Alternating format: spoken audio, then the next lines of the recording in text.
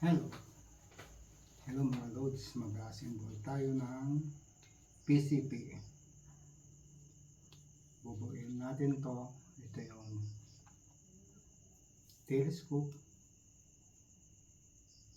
Saka may laser. Ito po telescope mo na yan. Medyo mahaba. Ito yung extension shade para pag sakaling hindi masilaw yung mga mata natin. Tapos i-assemble tayo ng mga rail guides nya, hand grip, saka pad, magazine. Tapos guys, dapat mayroon tayong ganito pag mag-assemble tayo. Importante po ito. Tapos mga tools, mga allen rings. Guys, mga allen rings kailangan natin to para ma-assemble natin yung PCP. Guys, ito yung PCP ko. I-assemble po natin to. Bubuin natin tong PCP. I-assemble na natin kung paano. Una, i-assemble natin ang ito muna. I-assemble muna natin to.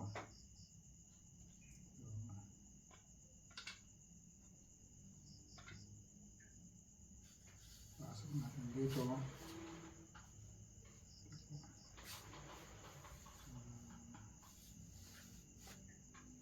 Ito siya.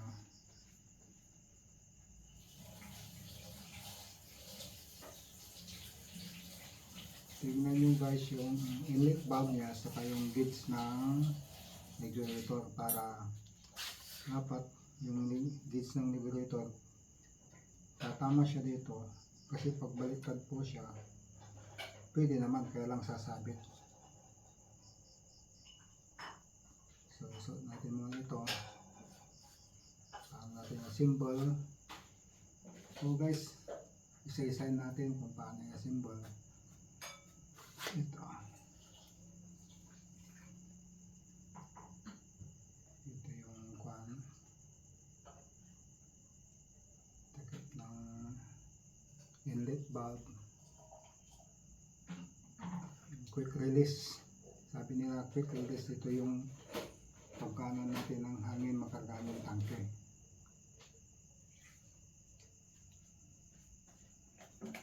Tapos may allen rings dito. Guys, dito may allen rings. Higpitan natin dito para hindi kumalas.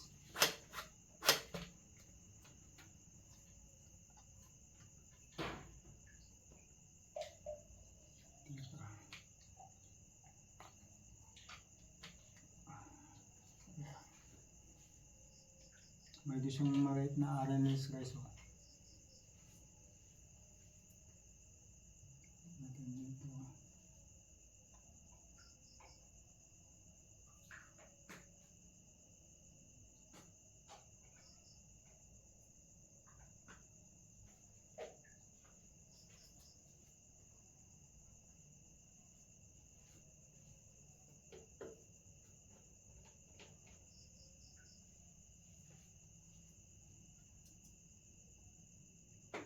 Yung paghigpit guys ng allen ring screw, huwag masyadong mahigpit para hindi madamage yung tank oxygen natin. Kung baga hindi lang makalas. Tapos susunod natin itong holder ng tank doon sa barrel.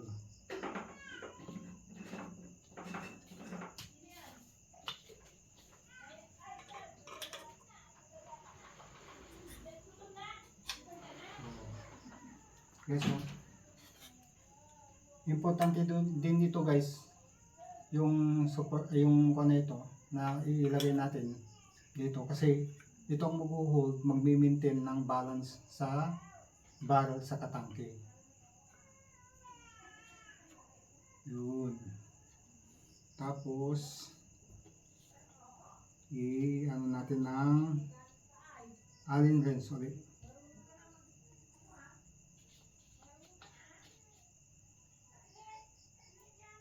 Yun. Ay. Guys, ingatan nyo itong mahulog kasi ang liit ng mga screw nya, yung socket screw nya. Kailangan siguradong hindi mahulog kasi pag nawala, kailangan natin na ano.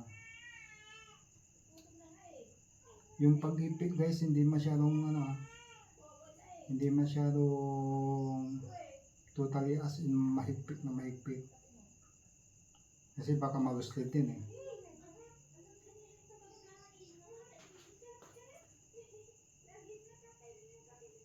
Oh. Tapos ito siya.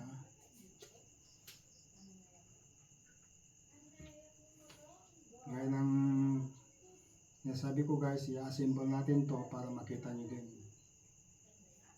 Kasi tinangkap ko ito na pinadala sa akin na disassemble.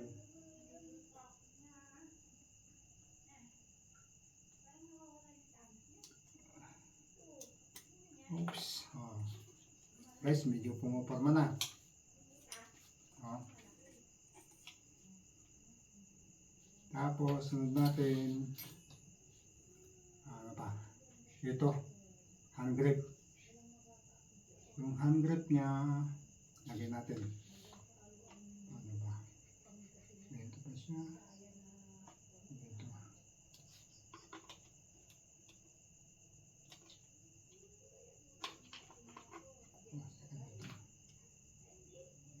Yung screw niya para mahigpitan natin.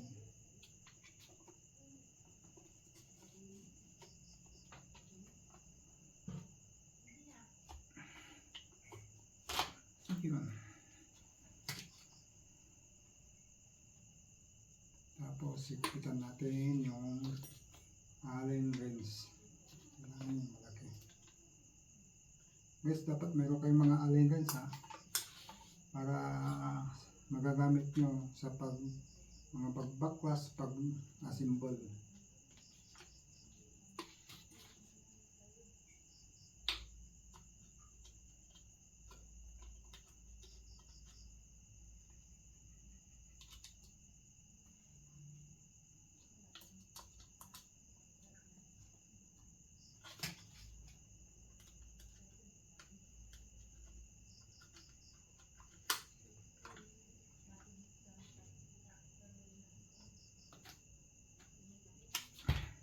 Ayan, sa kabila pala.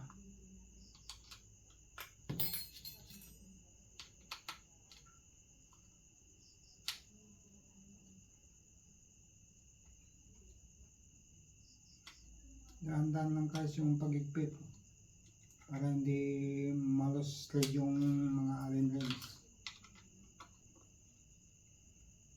Kasi pag naigpitan naman ng tama lang, hindi naman nakakalas yan.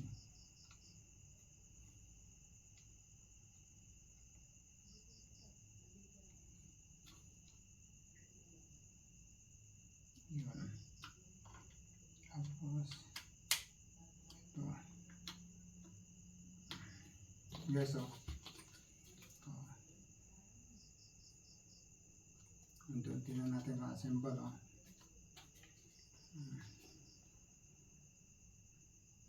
Itong bat niya, pwede natin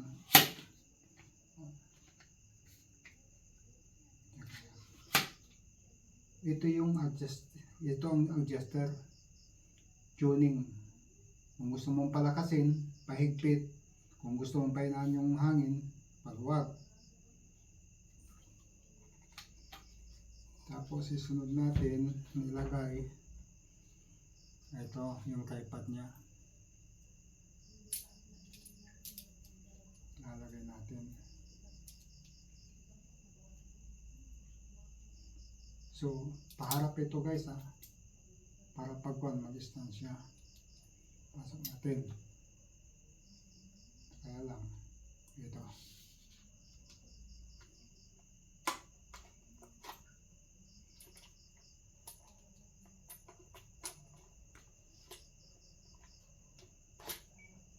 Tapos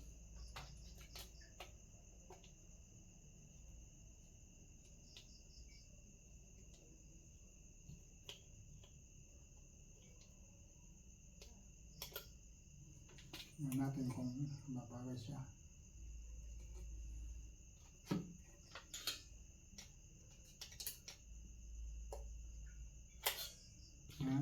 Bago ipitan guys, tingnan nyo muna kung mabagay siya. So yan. Yan na guys. Ito na guys, oh. Yan. Unti-unti na natin nabubuo. Tapos sunod na, higpitan muna natin.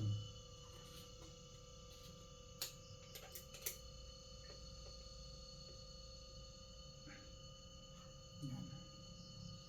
Tapos dito guys, lagyan nyo ng silicone. Yan. Lagyan natin ng mga silicone yan. Yan. Para tumagal siya.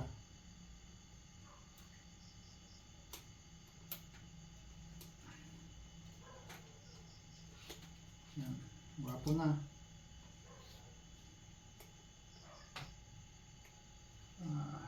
Parang ko lang ang ipita.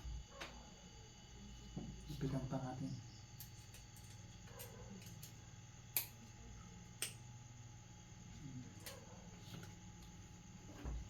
Teka guys, tingnan ko muna para lumabas.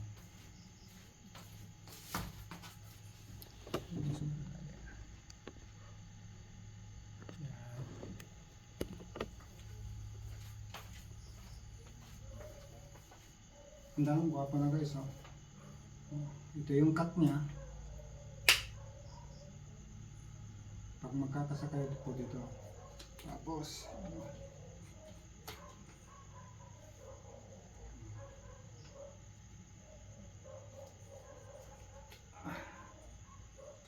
yung scope, ilagay na natin, i-align natin yung scope. Yung scope natin, ito siya kahaba.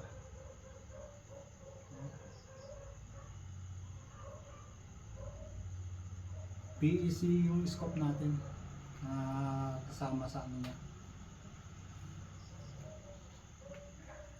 Ito ay sin natin yung silencer. Tapos ito.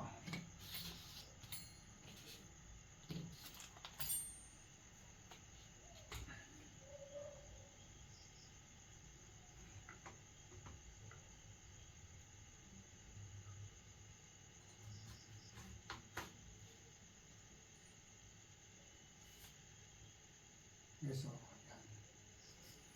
Tapos higpitan natin.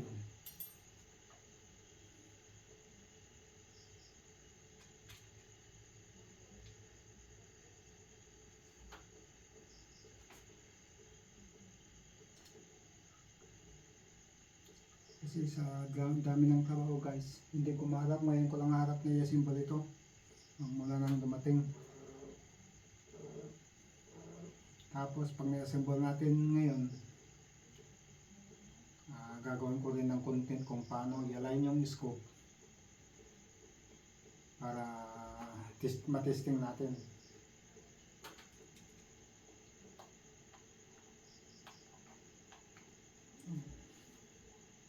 Tapos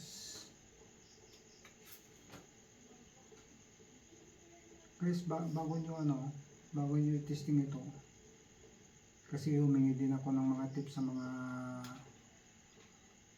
matagal nang nagawa ng PCB.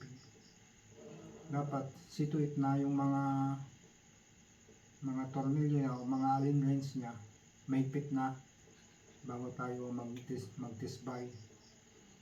Kasi pag umaalog-alog tong mga scope, pag nag-align tayo, wala din, masisira yung alignment niya, yung baga pag-align natin ng scope ng target. Ano, kailangan medyo maigpit. Saka bago nyo i-symbol yung mga kanyan, lagyan nyo muna ng silicone oil. Kasi sigurado yan sa stock nya. Maaaring hindi pa nalagyan para at least tatagal yung PCP natin. Yun. Maigpit na. Oh. Tapos susunod, silencer. Guys, ito yung silencer nya. Kakabit na natin.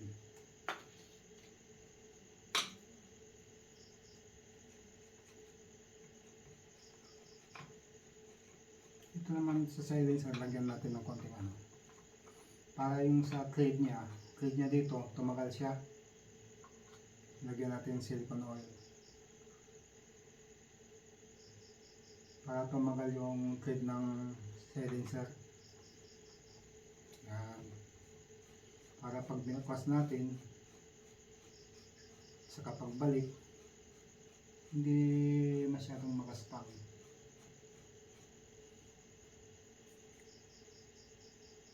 Oh. Tapos, i-check muna natin yung mga screw, yung mga inigpitan natin, yung mga kulang ng higpit. Yan. Para pag gagamitin na natin, alam na natin na mahigpit na. Hindi na tayo papalit-balik. O, yan. Mapa. Saka i-check nyo din to guys, oh. Ipansin ko, ano dito, Allen wrench din, eh. Para sigurado mahigpit. Kasi pag ito nalaglag, di kakal ito, eh. Kumbaga, pag naikasa mo, pwede mo siyang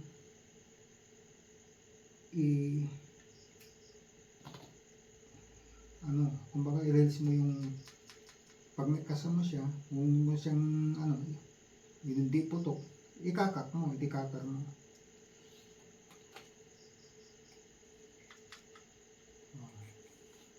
Maganda na guys. Tapos ito yung extension ng scope.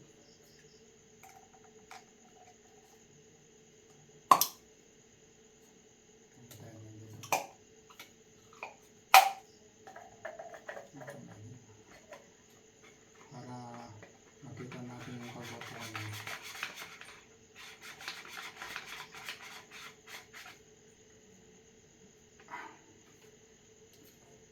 Ayan na guys. Ito pang single shot. Ito yung tray.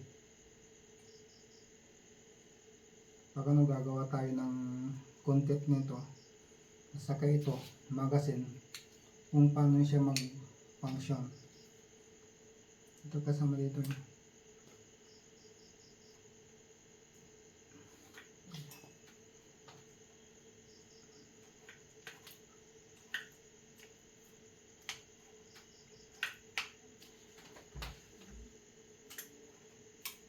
Oh, nakakasya na.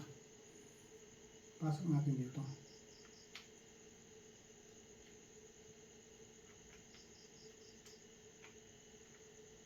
Yun. Yun. Ano po siya guys, oh. Tapos kung gusto nyo alisin, ito siya. Ngayon, pag magazine naman, pagkarga ng magazine, basta ipasok nyo guys kasi may guide din, oh. May guide siya.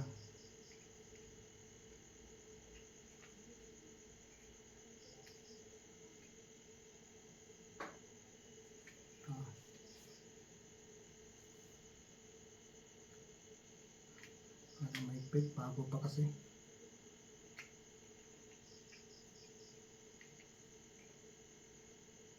Bago pa kasi yung mga magazine.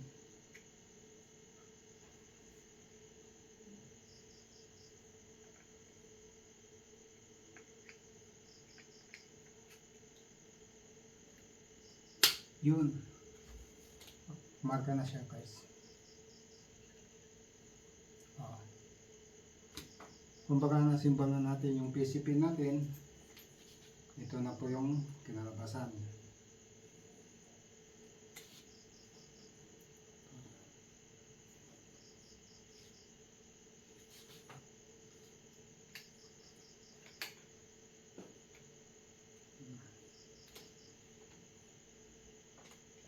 Tanggalin muna natin.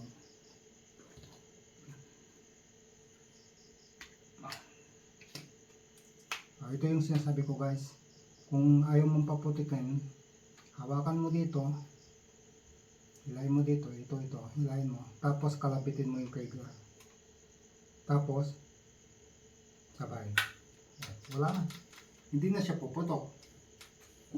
Saka may may yung trigger niya may safety. Hindi mo siya pwedeng kalabitin. Mayroon siyang maliit na pin dito guys sa ilalim. Sa silong ng trigger. Pag itinulak mo, maglalak na siya. So, na-assemble natin yung PCP natin na dumating sa atin guys.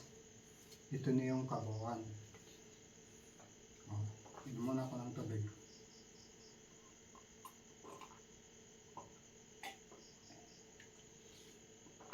Sa wakas, nabuo na rin natin yung PCP natin na Satria Neo. Yan guys,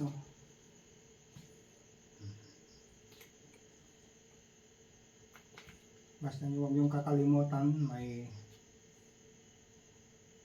lubricant silicone kayo guys para sa mga accessories, para pag gagamitin na natin yung walang langis, kumbaga hindi magagasgas, hindi magagaling masira. Tabi natin, tapos punan natin ng buo video symbol. Ayan guys,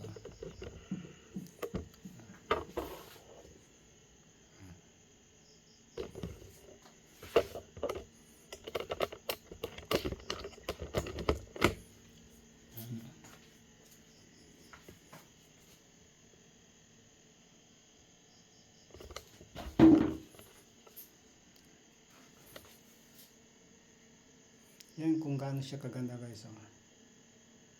Tingnan nyo. Sa susunod guys, iano ko din sa inyo yung paglalagay ng bala sa magasin, yung pellets. Yan.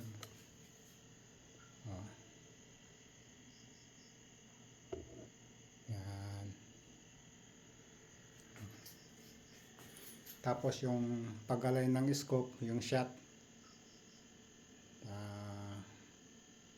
pag-aaralan natin, kukunan ko din ng content kung paano i-align yung scope para masubukan natin yung accuracy niya.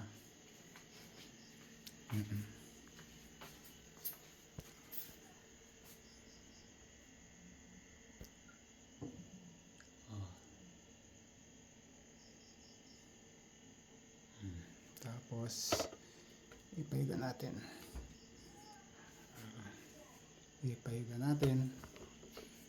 para makita natin yung kagwapuhan niya.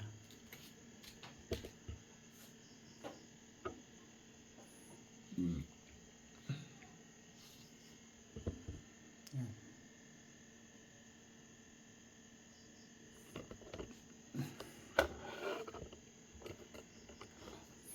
Tapos yan na natin yung kanya.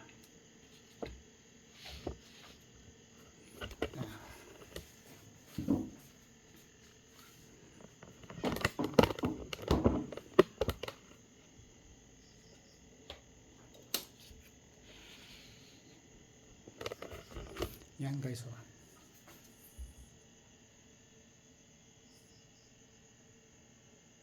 yan.